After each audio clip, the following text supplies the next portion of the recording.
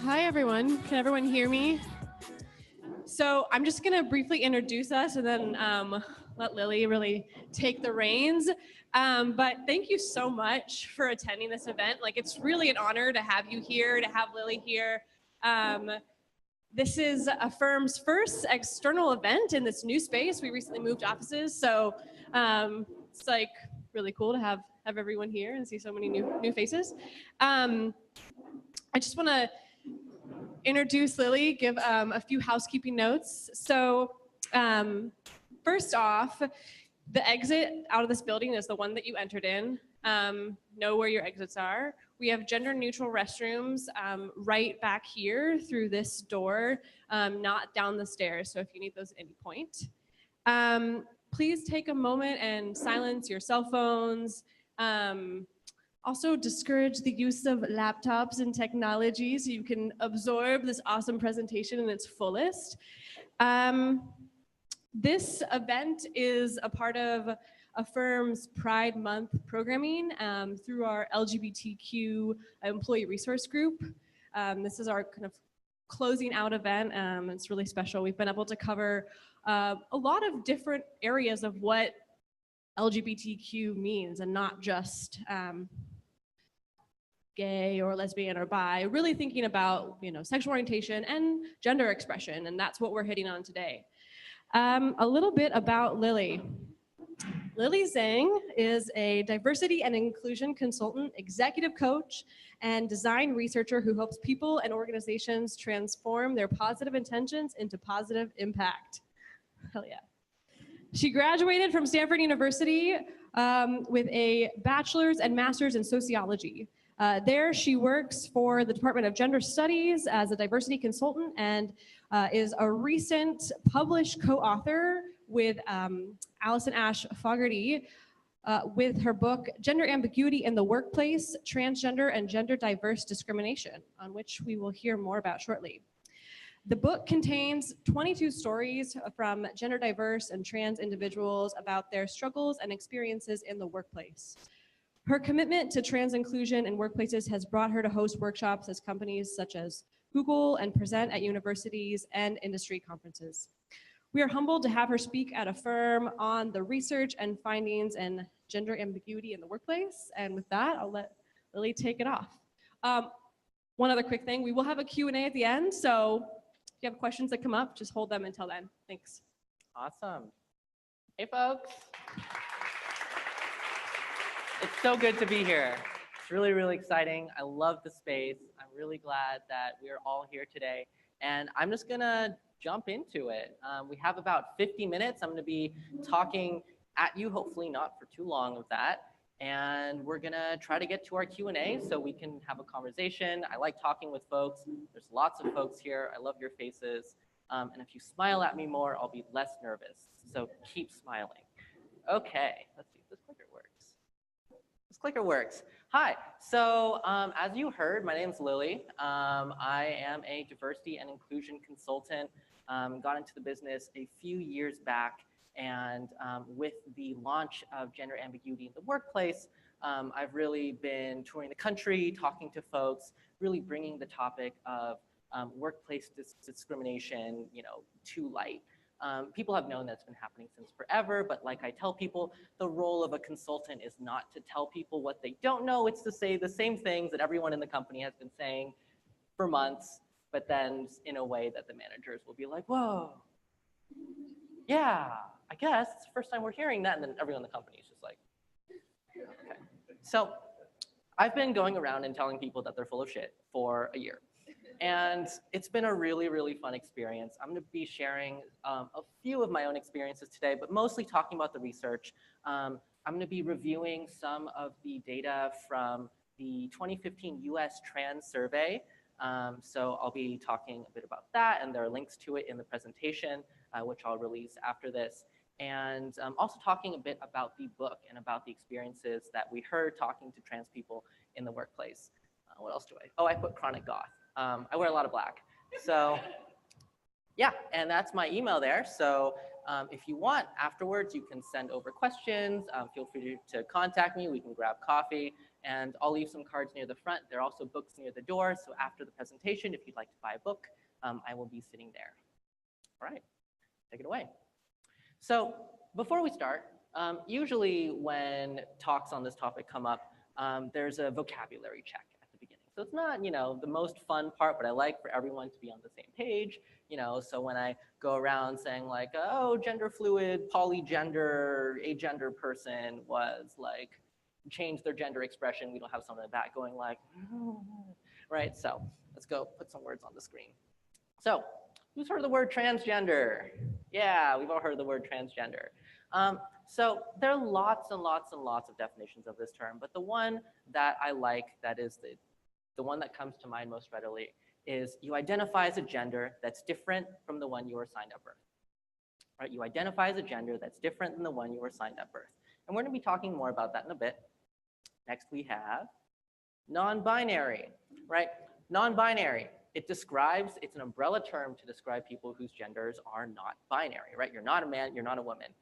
In the past, around the 2000s, the kind of preferred umbrella term was genderqueer, but as we'll be talking about in a bit, language evolves, right? And now people tend to be using non-binary more as the umbrella. Non-binary people may identify as trans people may identify as non-binary, but they're not. You don't have to be trans to be non-binary, or the other way around. Okay. And gender diverse. There have been lots of words to describe the whole umbrella. So I've heard gender variant, I've heard gender diverse, I've heard gender nonconforming, and right now I'm using gender diverse just because it's convenient, but maybe in another year or two, there will be a better word that come along, and I'll switch to that word.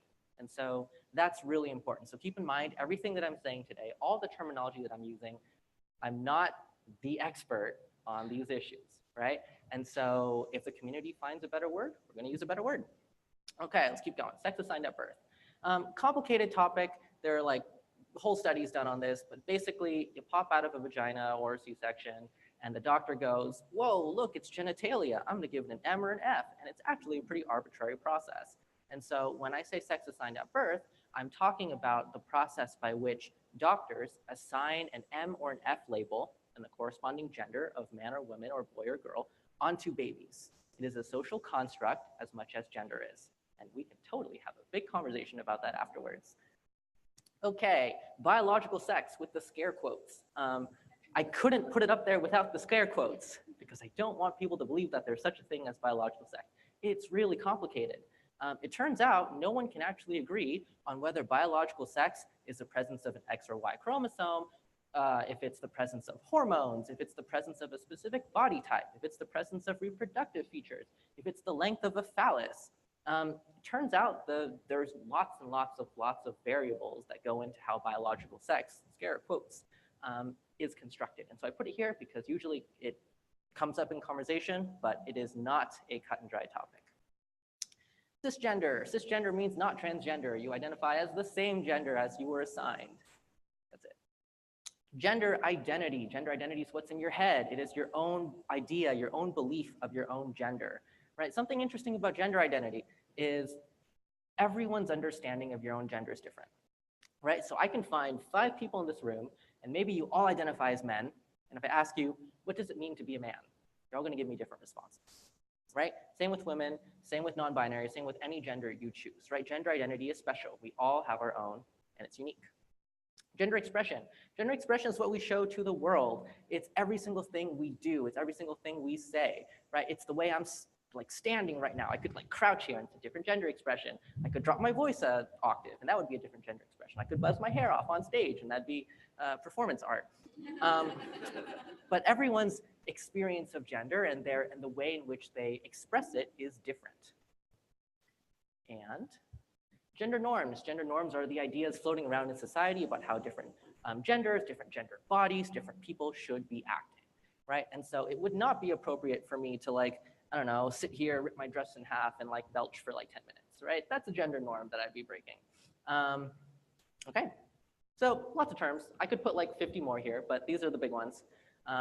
We can talk about any of them at any point in time. I'm trying to figure out where to, oh, oops.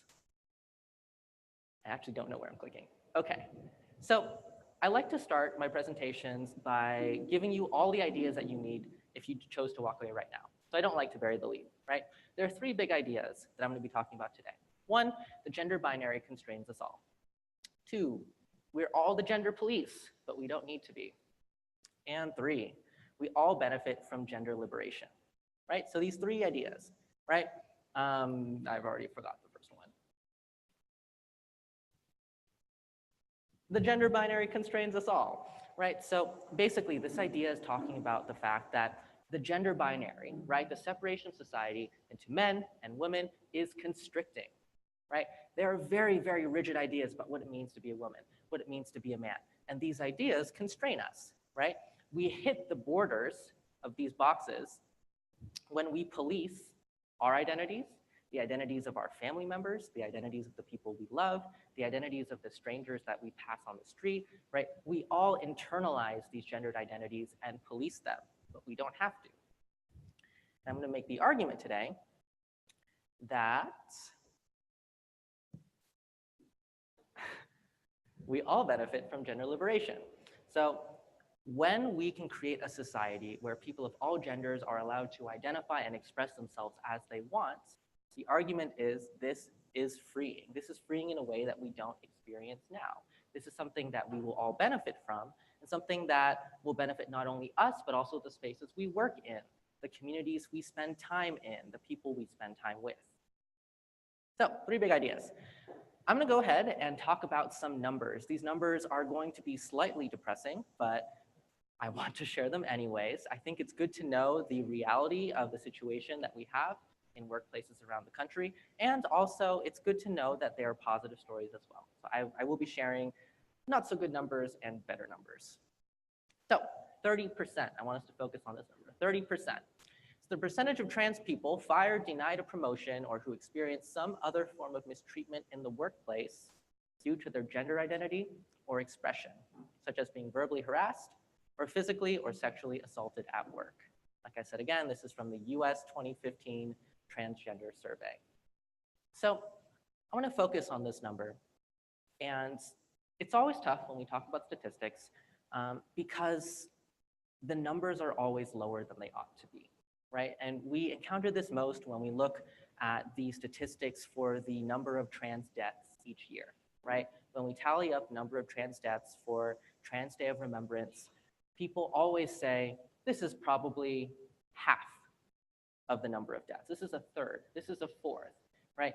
There's so many experiences that never go reported because of the culture of fear and shame and stigma that we have around this discrimination that happens. And so I want us to keep that in mind and still look at this 30%, right? Imagine if 3 in 10 coworkers, right, who are trans in the workplace experience these discrimination experiences. When we talk to people in our book, the statistics aren't the same because we specifically asked for people that experienced discrimination. So I could put a number on the screen that said 100% of trans people we talked to experienced discrimination, but we were asking for this.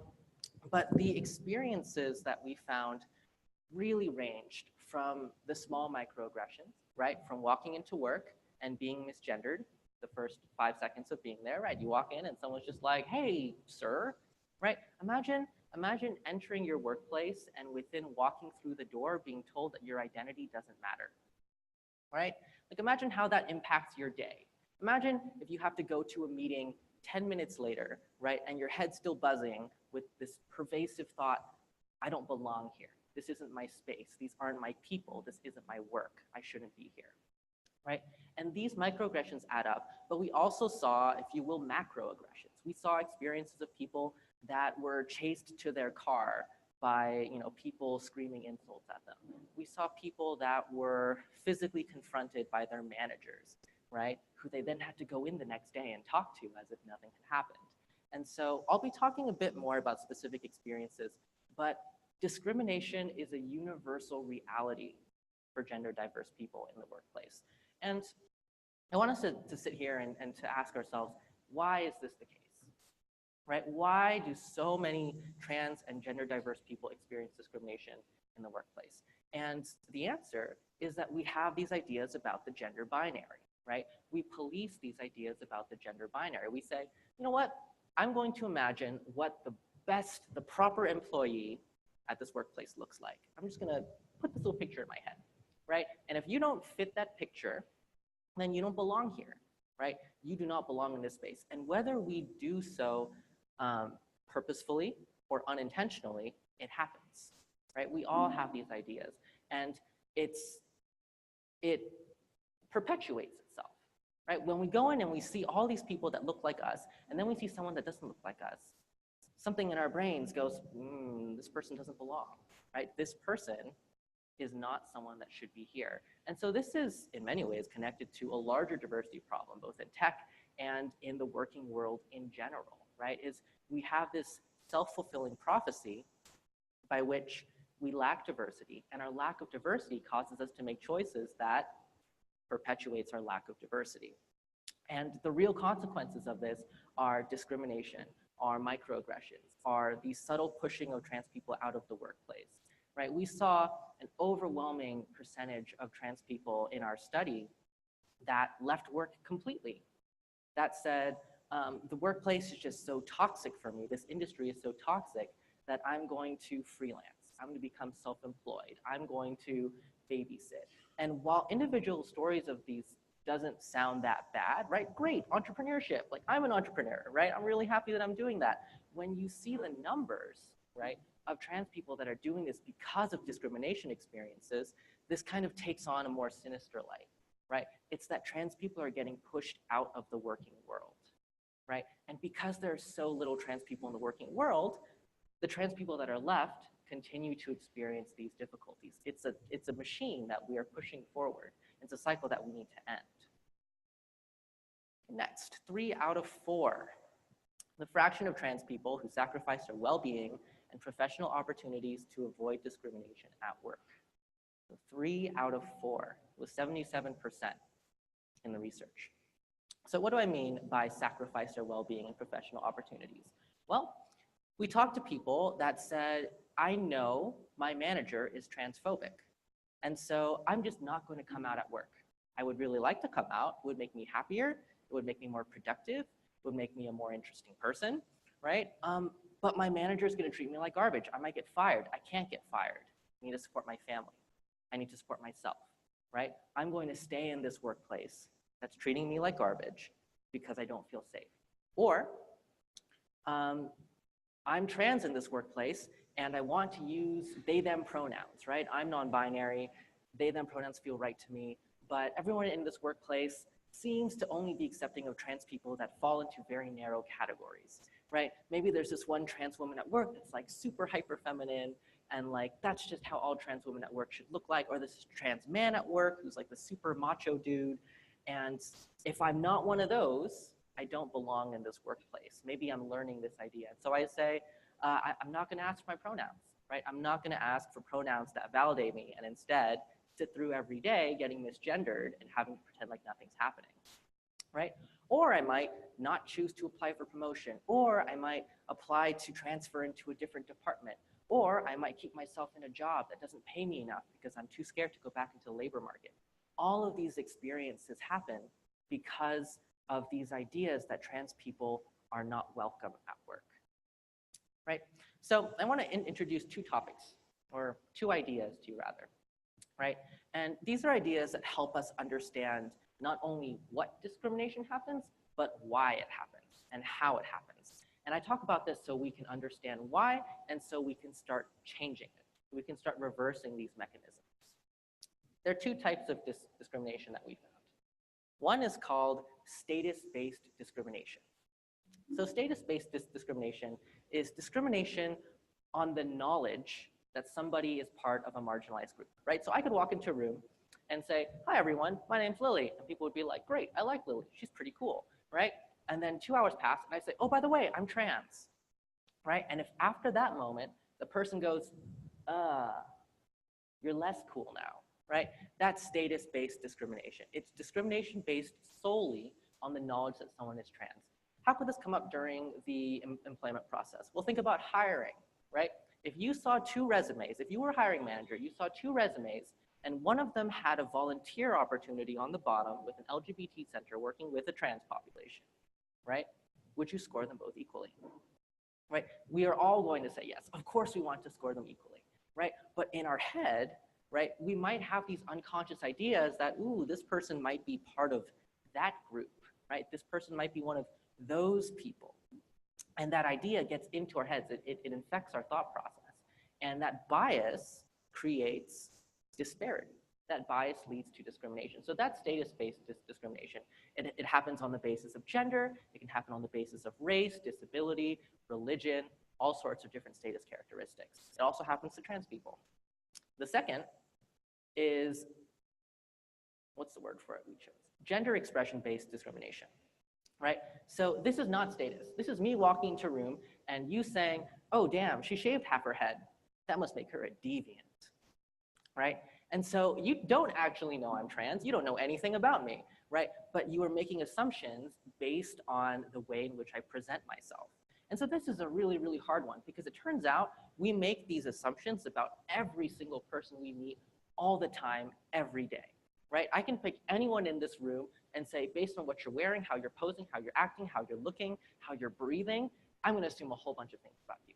And it turns out we can't stop ourselves from doing this, right? No one can stop themselves from doing it. So even if you go to an anti-bias training and they say, we're gonna teach you to get rid of your bias, it's really, really hard because it turns out bias is the way in which we survive, right? Bias can be really useful sometimes, right? If we associate a characteristic with something dangerous, it allows us to get away from it fast.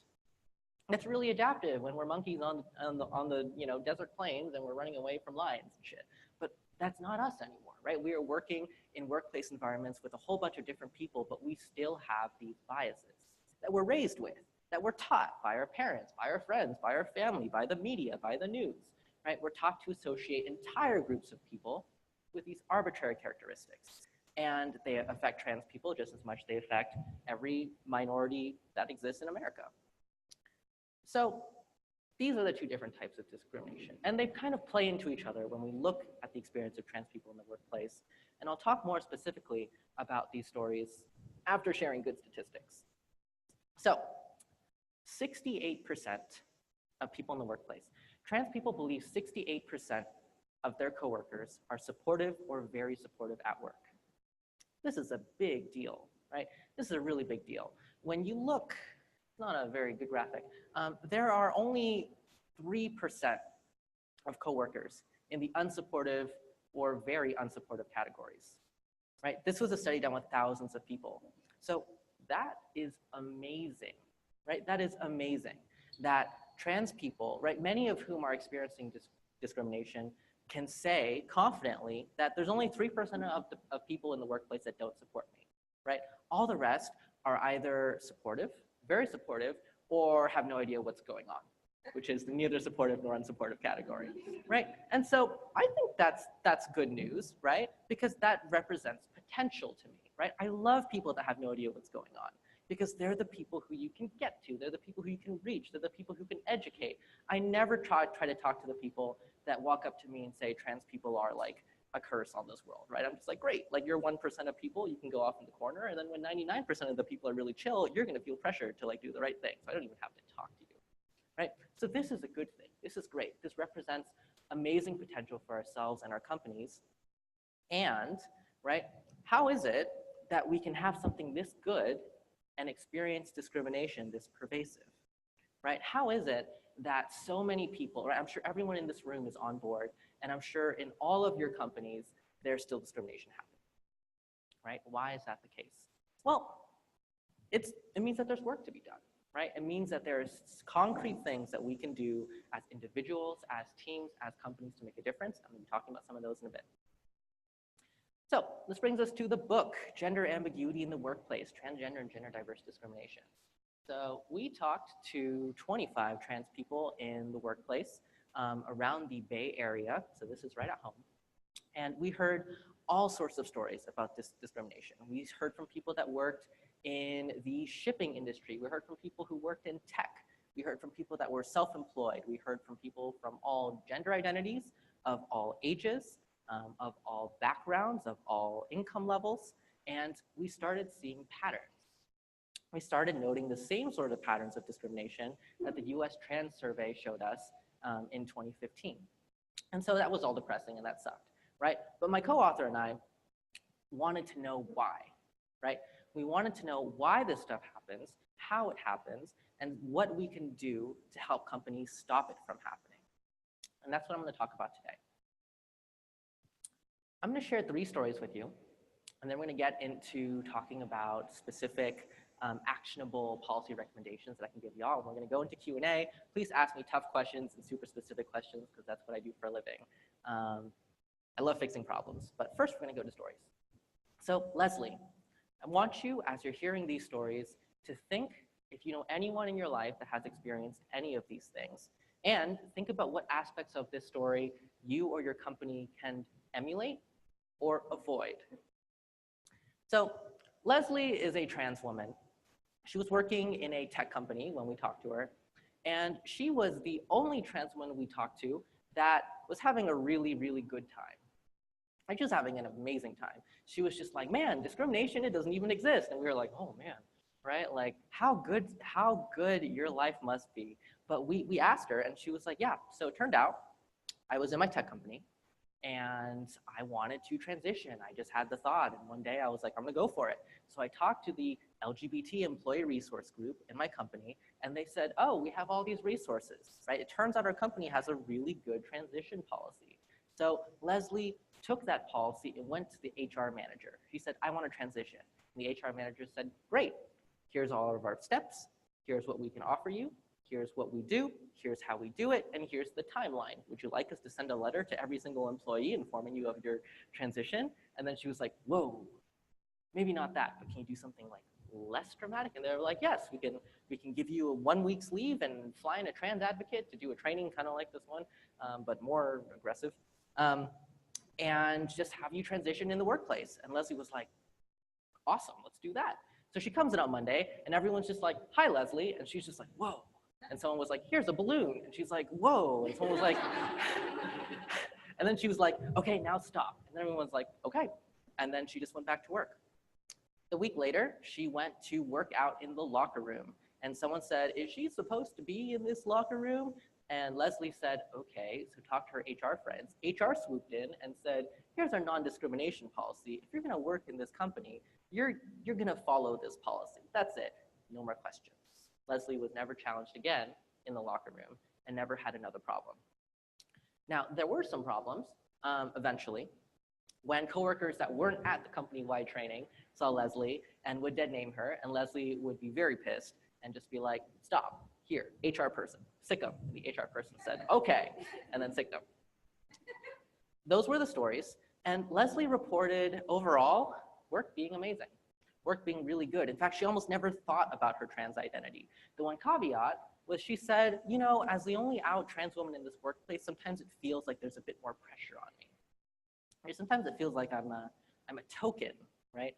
Everyone is expecting me to succeed at all costs because I need to trailblaze for everyone else, and I'm not allowed to make mistakes. And there's something about that that's uncomfortable, right? So she shared that, and I want to relay that to y'all. And that was it. Everything else was great. So that's Leslie. Now Rowan. Rowan also worked in tech. Rowan, at the time that we talked to them, is a non-binary tech worker living in the Bay Area. And Rowan's story began after they had started working at their startup for a couple of months. Rowan said, you know what, I just really want to start switching things up at work. I don't think I want to transition per se, but I want to start mixing things up. So I'm going to wear a kilt to work, right? I'm going to wear one of those big, nice, flowy kilts. And the second that Rowan started changing their presentation at work, they started seeing something weird. On the days in which they would dress more feminine, right, because sometimes they would wear kilts and dresses and padded bras and wear makeup, on the days in which they dressed more feminine, for some reason, people didn't listen to them as much. For some reason, they started getting interrupted in meetings. And for some reason, they started being micromanaged. And so this is interesting, hear me out.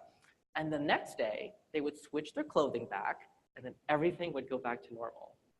So it was this super wacky, like let me just put the women lever a bit this way, and everyone would be like, I'm gonna treat you like garbage. And then they were like, weird, right? So that experience sucked. But something else that started happening was their HR manager walked up to them and said, what are you doing? Like, you need to pick one. You need to pick one. Yeah, whoa, actually. And they were like, what? And the HR manager was like, are you a woman or are you a man? And they were just like, I'm wearing a kilt. Like, does that answer your question? And this person was like, you need to pick one or there's going to be consequences, right? And so they kept going to work. And this HR manager started to needle them a bit more, right? This person said, when we're at company functions and we're seeing customers, you can't be wearing anything feminine. I'm just going to decide for you, right? You're a man, dress like one. And so you can't wear your kilts, can't wear your dresses, or else. And so Rowan, not wanting to lose their job, was like, okay, I guess I'll do that, which sucked. A couple months later, the same person was like, hey, all your pride decorations around your office, we're not allowing those anymore. And so Rowan said, that's ridiculous. Why would you do that? And the HR manager was like, oh, just company policy. We don't want decorations around the office. It turned out the only decorations that went down were Rowan's, right? The only decorations that got taken down were Rowan's pride decorations. And so Rowan was like, done, right? This is ridiculous. And so they went to their boss, and their boss said, there's only a couple of times I can do this for you, like to fight on your behalf. Are you sure you want to use one of these right now? Are you sure you want to use one of your 3 golden tickets to get out of discrimination right now? And Rowan said, well, I guess not. And so they quit, right? Like pretty much next week, they quit. They were just like, this is ridiculous. And we asked, so what happened, right? And they were just like, nothing happened. I didn't report any of this. Why would I report this? If I talked about it, word would get out, I would become a problem employee, and then no startup would ever want me ever again, right? So I just let it happen. That was Rowan's experience. Very different from Leslie's. Last, we have Cameron. So Cameron did not work in tech. Cameron was a temp worker. And Cameron was talking to us a lot about, she is gender fluid. And so the pronouns that I'm going to be using for her are going to change. Sometimes I'm going to use he, him, sometimes I'm going to use she, her. So Cameron was talking about how in college, he really cared about being trans. Right? He was just like, I'm going to put my trans identity everywhere. Everyone's going to know I'm trans. And so when he started looking for jobs after college at career fairs, he would tell people straight up, at the end of the process, he would say, you know what, I'm gender fluid. That's really important to me. And it turned out, for months and months and months, no jobs would come in. No one wanted to hire her. No one wanted to hire Cameron at all. And the one person that made comment about it said, tried to make a deal. She said, I'll tell you what, this whole gender fluid thing is really weird. I'll tell you what, if you can present consistently over the course of your assignment, I'll give you this job. And Cameron said, okay, I guess, and got the job. That was Cameron's only job.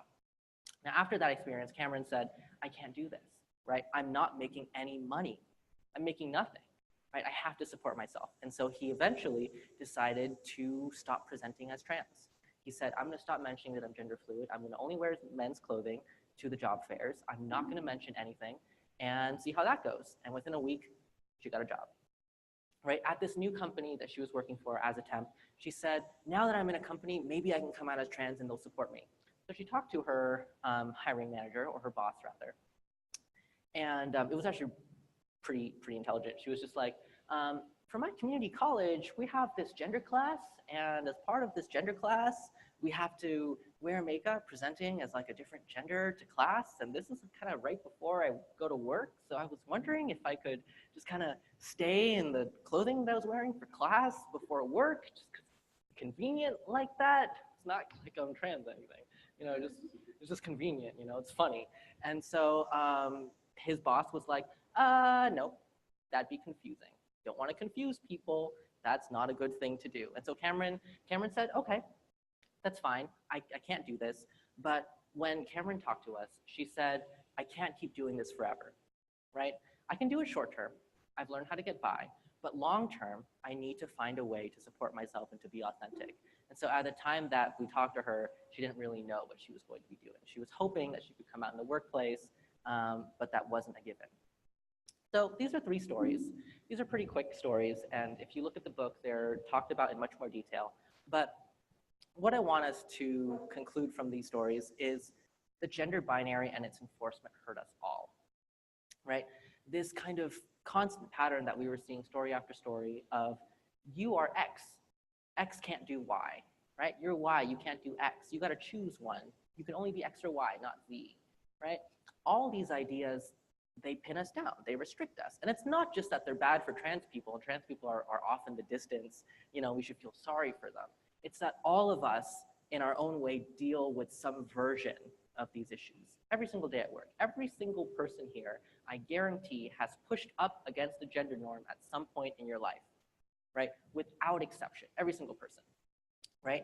And so if we can make this more explicit, if we can talk about the gender norms that are floating around and do something about them, right? This isn't just about trans people. This isn't just about gender diverse people. This benefits everyone. Okay, so now we get to the how do you actually do this part. It's more boring consulty stuff, but I get really nerdy about this. How do you actually create a trans-inclusive workplace, right? So now that everyone here is just like, I want to do the right thing, right? What is the right thing? How do you do it? How do you do something that creates real impact and doesn't just make people feel good, right? So the first, culture plus leadership equals inclusion. So this is the thing that we've consistently found, right? When you have a trans-inclusive culture, you create an environment where people want to be, right? You create an environment where people feel empowered to bring their true selves to work. You create an environment where people feel empowered to experiment, to kind of be authentic. This makes them more creative, more productive. There's a good Harvard Business Review study on this. It's very well cited. However, if your leadership's not on board, all of this kind of goes to shit, right? It doesn't matter how good your culture is. If your leadership is not willing to model it and to not enforce it, but to display it, right? To model it. We saw in the book, there were actually several companies where trans people actually had a decent amount of support. People were like, yeah, like I'm here for you, right? I care about you a lot. But as soon as a direct manager had an issue, that was it. They were the deciding factor of a trans person experience in the workplace, right? In this one company, this trans person we talked to named Kai, he was transitioning, he was a trans man in the workplace, and his hiring manager said, don't worry, I got your back, I will protect you, I'll make sure everything's gonna go great, which is awesome. And Kai's direct boss said, no, I'm gonna replace that hiring manager because I want you gone. And so that boss replaced the hiring manager and fired Kai the next week, right? Now we've also had the opposite way, right? When we have leadership, but not culture, right? It turns into a case where an awesome manager is fighting against the entire rest of the company to protect their employees, right? I will make sure my team is doing well.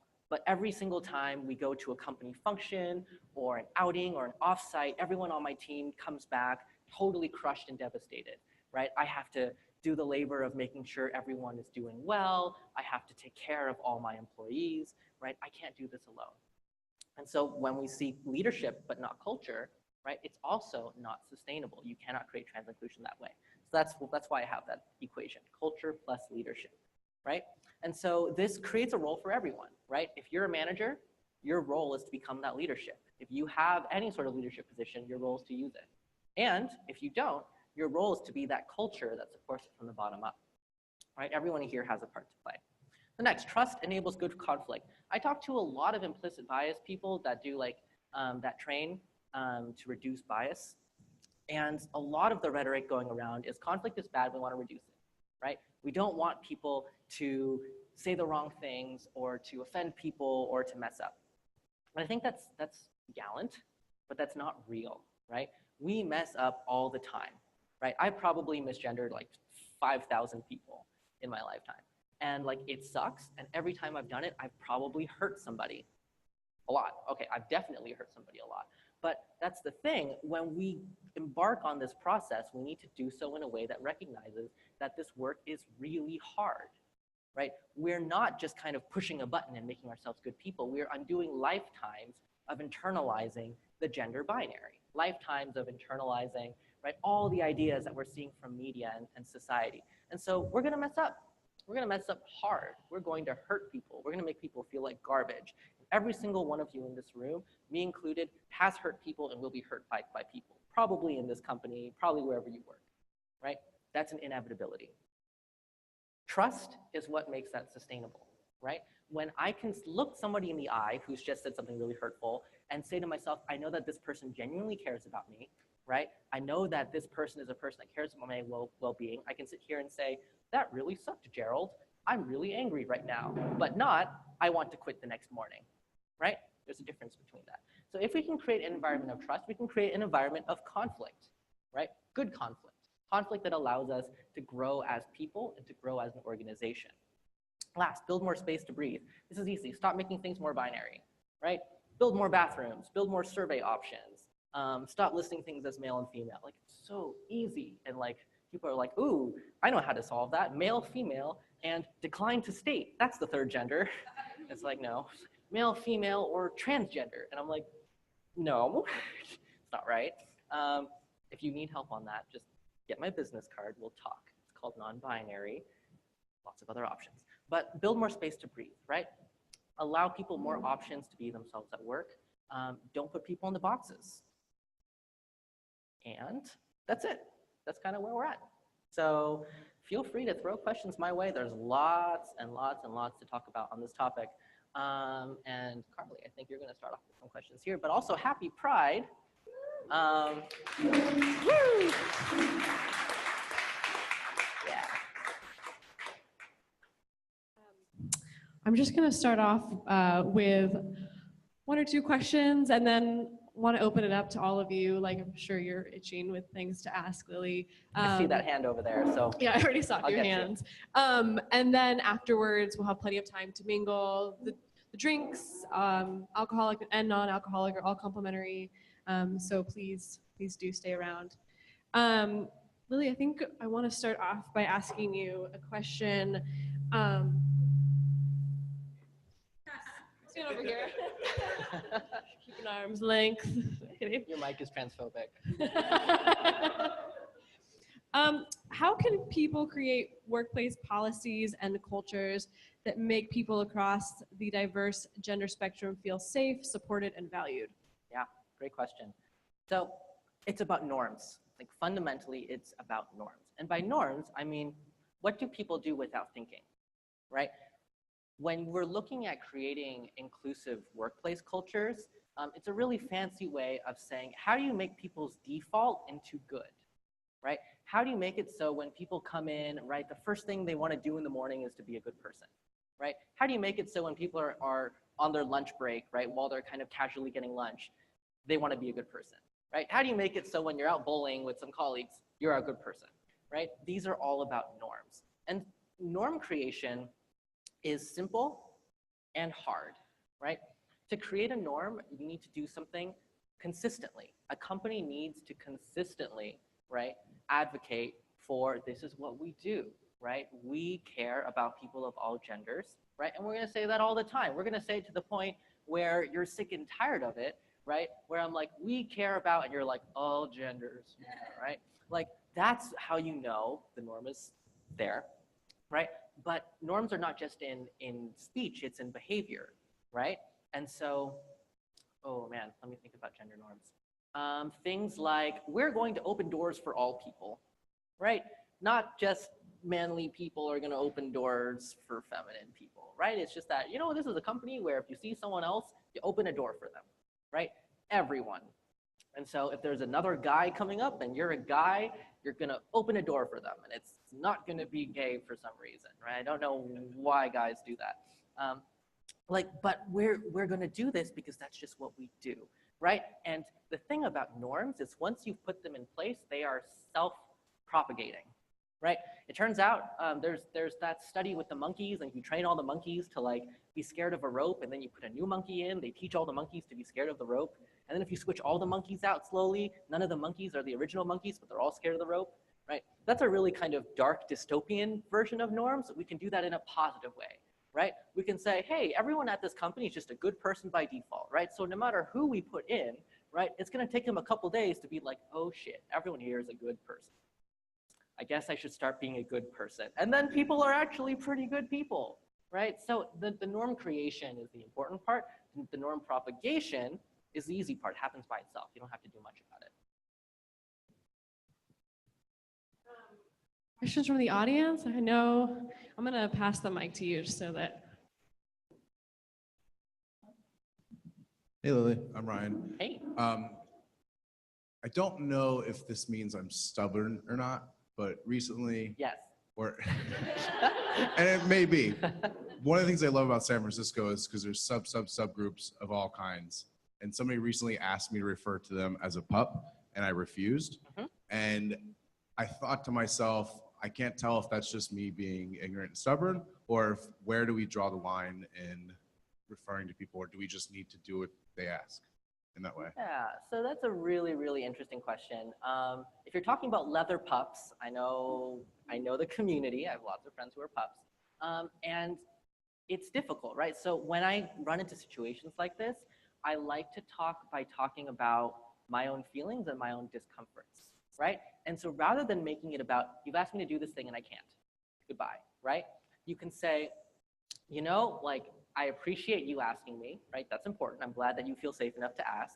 And when I hear you say this, I get really uncomfortable because X, right? Like if someone asked me to refer to them as like a toaster, right? Like, that's exactly what I said. Yeah, that's the thing, right?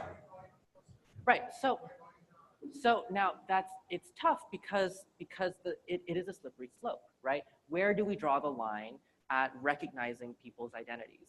And so for me, right, I don't know where that line is. I'm not going to go out and say, no matter what people ask me to call them, I will call them that because I'm gallant and perfect and pure, right? Because I'm not, right? There are gonna be some things that I feel more or less comfortable with. And so I can't tell you where to draw your line because I can't change your line. Now, what I can tell you is ways in which you can be more respectful of setting your own boundaries, right? And so maybe you can say, it makes me extremely uncomfortable to call you a pup because, I don't know, to me that has sexual connotations and that's just not my thing, right? Is there something that I can do instead, right?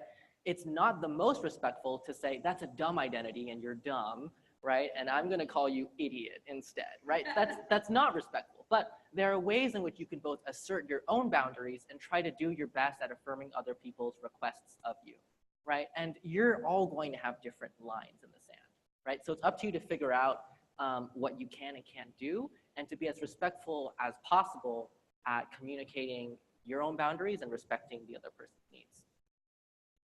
Great question. That just inspired a follow-up question to that of like, how would you advise a company to set like HR policies with regards to that? Because there's obviously an appropriate and inappropriate way for employees to interact with each other when that question is asked. Yep, totally. That's also a really good question because when you talk about policy, right, when we think about policies, they are usually things that are concrete, right? When thing X happens, you do thing Y. That is the policy. And so in response to that, I would say it's important to develop practices in addition to policies, right? So maybe the policy is you treat people with respect, right? That is the bottom line. If you treat people with disrespect, then that's bad. We don't do that here, right? It's pretty cut and dry. Now, the practice of how you actually implement that can be more fluid, right? And so maybe as a company, you develop a practice of you communicate your intentions and you communicate your impacts, right? That's a framework that I really like using. So for example, when someone says, hey, I'm gonna call you this, right? I can say, I think your intentions are positive, but that word makes me feel really bad, right? And so now we shifted the conversation into one of conflict resolution instead of policy enforcement, right? And that's, I think, where we need to be because this space is gray by default, right? This entire space is really murky. And so I can't stand up here and say definitively, whatever people call you, you must use that or be sued, right? No one likes that. That's not a company culture. That's just a kind of a tyrannical rule that no one's actually going to follow, and it makes people feel like shit anyway, so it's not gonna work, right? And the intention behind that sort of policy is we do want to respect people of all identities, right? So maybe, I'm just kind of pulling it out of my ass right now, but I'm just saying like maybe if someone asks to be referred to with a certain term, you can say, why is that term important to you, right? Tell me why that term is important to you. Tell me why that identity is important to you. And maybe they might say, oh, it's not really, it's just kind of a fun thing, right? And you can be like, okay, that's cute, John. I'm not gonna call you that, right? Or maybe they'll say, this is a really, really important thing to me, and this means this has a lot of significance to me. I'm struggling to figure out how to have people address me this way or to meet my need. I want to work with you on this. And then you'll say, yeah, that seems really cool and interesting. How can I help? What can I do? Right? But this is no longer in the realm of policy, right? This is not policy. This is just how do you be good people, right? How do you actually work through issues holistically, organically, in ways that respect people's shared humanity? And that's where we need to be. The policy is just there, to be frank, to cover a company's ass, right? Like, no one actually acts in ways that follows company policy 24/7. That's not how culture works. Hopefully that helps a little bit. The hand up here, also a hand back there. Hello. I was curious kind of like, where's the line between how to word this? Like, not everyone wants to be an advocate every day for themselves at work. It could be exhausting to like field questions, even if it's coming from like a respectful space. Like, you just want to show up to work. You don't want to have to like be constantly like having people be like, why does this mean something to you? Or like, how do you do this in your life with these things? Like, how do you suggest people who like want to be respectful of someone who just wants to come up to work and be themselves and not get interrogated or kind of ask tons of questions on a day-to-day basis by like 300 different employees? Yeah, so there are a couple ways in which I can address that question.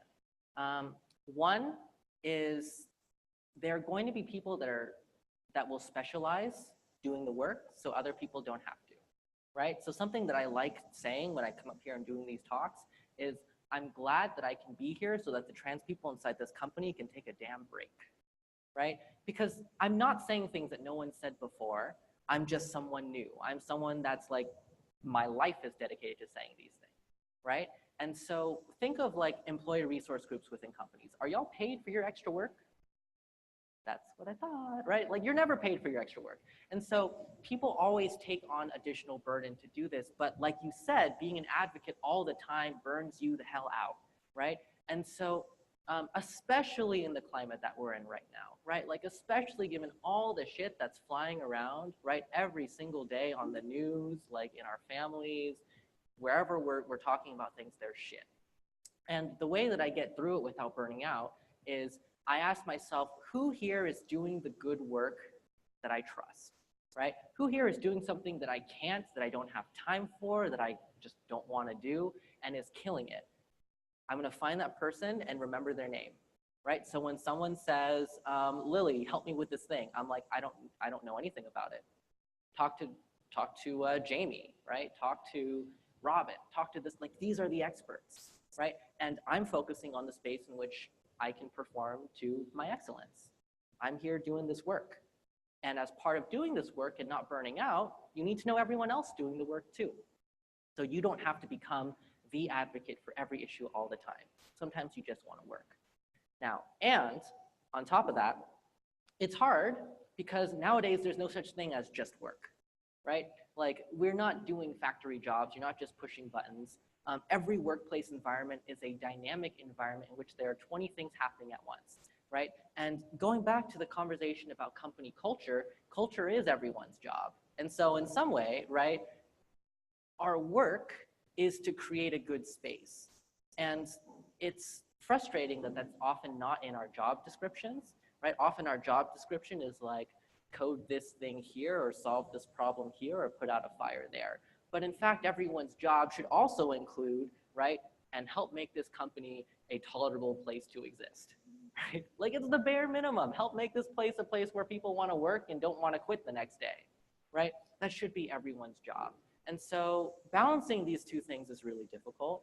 I have also had days in which I'm just like, I just want to work. Please stop messaging me for things, right? I don't want to help. Like, you've been asking for help for like 10 months. Just let me press the damn button, right? And it is also all of our responsibilities, especially in this climate now. So I can't give you an answer. I can give you a couple practices, but I think knowing more people, having a bigger network, knowing who to ask for help makes a big difference. There's a hand up here. Yeah. Oh, hi. So I'm wondering, I feel like in this space, a lot of people I work with, including myself, feel like if you make a mistake, you're a bad person. What can we do to combat defensiveness in ourselves and when we're giving feedback to our coworkers? Totally. So the question was, when you make a mistake in this space, it can feel like you're a bad person, right? What do you do to combat that? First of all, thanks so much for asking that question. I really, really dislike this rhetoric kind of floating around that you have to be perfect all the time or else you are a bad blank, right? Because what that does is it creates a culture where people don't actually want to say anything. They don't want to mess up. And I've heard that so many times from everyone, right? Like, I just want to figure out this issue, but like, am I gonna call you like a transaction? Oh, no, it's a bad word, I'm dead, right? And that's not helpful, right? We need people to make mistakes. And so I would say, to answer your question, start small, right?